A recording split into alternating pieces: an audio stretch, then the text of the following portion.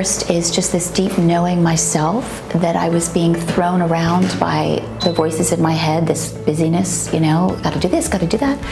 And knowing that there's this, and my external world too, just like somebody looks at me sideways and I get affected by that. I'm like, wow.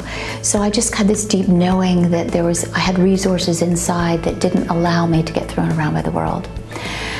Secondly, I have been involved in Victor Scott, which is this back of town school that is challenged, and the kids are challenged there.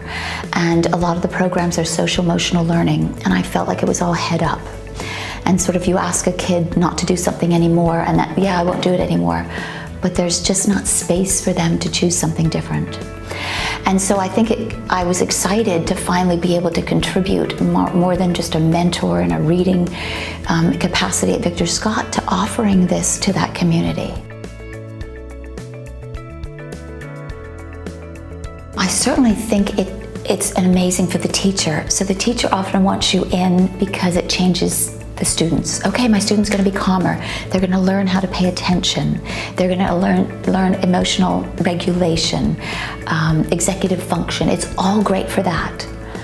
But if the teacher can engage in the 20 minutes that I'm there, or sometimes for some programs I'm longer, and just themselves get regulated, that embodiment changes the atmosphere in the classroom. What's also been interesting, not in the low-income schools, but in the more private schools, is I go in on the student level, go in a classroom, and the teacher's like, the kids need it, but they benefit, the teacher benefits. But the kids take it home to the parents, just like that brochure. And the parents are like, oh, what's going on here? And then I have parents inquiring, and now I'm doing parent classes. So we're changing families. So the impact, I think, when you start to feel what it feels like to be calm, to be emotionally regulated, to have more attention, is just huge. I see we all need it. Everybody needs it, from people that look like they've gotten it together, or people that have it together, probably practicing. It might not be calling it mindfulness, but they're practicing this way of being. But what I notice is just this busyness and a reluctance to stop, because sometimes when you stop, you have to notice what you feel. So about Bermuda, I must say that compared to some other communities, it's not been as open to mindfulness, but it's getting there. There is a yoga studio that offers it after work or lunch hours. I'm interested in getting into corporations, and maybe they can sponsor a local classroom, public classroom.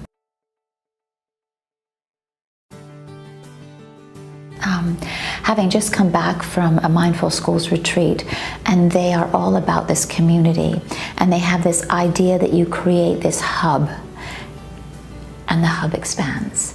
And I feel like I've done that. So I did Mindful Schools 3 years ago, and now there's like over 100 people that have done the fundamentals course, because it's an online course. Somebody at Barclay Institute, the high school, is doing just finishing the year long. There's somebody else doing the year long, and now she's offering community mindfulness in St. George's. Like, there's this growing expansion that, and I get partners, and we go to prisons. I've just been asked to do the staff at the hospice. I mean, and I can only do so much, right? But what if this expands? That is my aim. That's my dream, is to have it expand. The biggest piece of concern is the authenticity, because I can come in here being trained in mindfulness and teach you, like I can teach you exercises, and I'm teaching you from my head. And mindfulness is a way of being. So it's being able to really talk about my experience of when I do it, what I feel, how it's impacted me. But if we're not practicing and we don't have our own authentic way of being and keeping up with our practice, it doesn't work.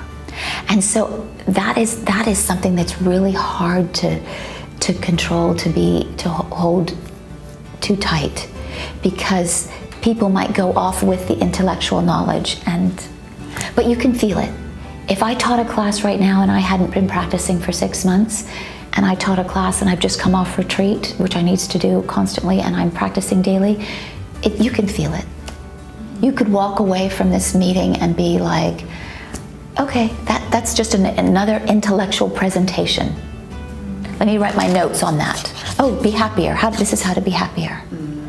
But there's a felt sense, and that's what people are left with. And you have to have a practice to do that. That's my biggest concern.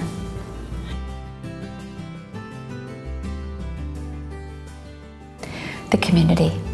I would love to reach as many people as possible. Even, just yesterday being asked to do the staff at Agape House or hospice, like, imagine what that might do for them, but imagine they might continue it. I would end that, and then you have someone there running these sessions for their staff and for the patients, because I do the patients as well. But just imagine, or even the patients and their family members. It's that piece. If I have the support to share it, and I don't need to be somewhere for a long period of time, because the thought is that it takes a hold and they go off. And then we have these meetups once every quarter, and we get together and we're like, what are you doing? What am I doing? How are you doing that? That's a great idea. And you're sharing that community, and you're sharing a practice. Community, can you imagine?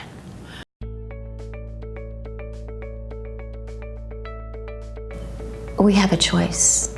We often think that life just impacts us, but we have a choice on how to show up. And by practicing this way of being, and sometimes in the beginning it's a challenge, but it's not that you're not good at it, it's not that you can't do it, it's just that it's become habit to move fast and to think that this life is about doing. And you're almost more productive if you are doing in the state of being.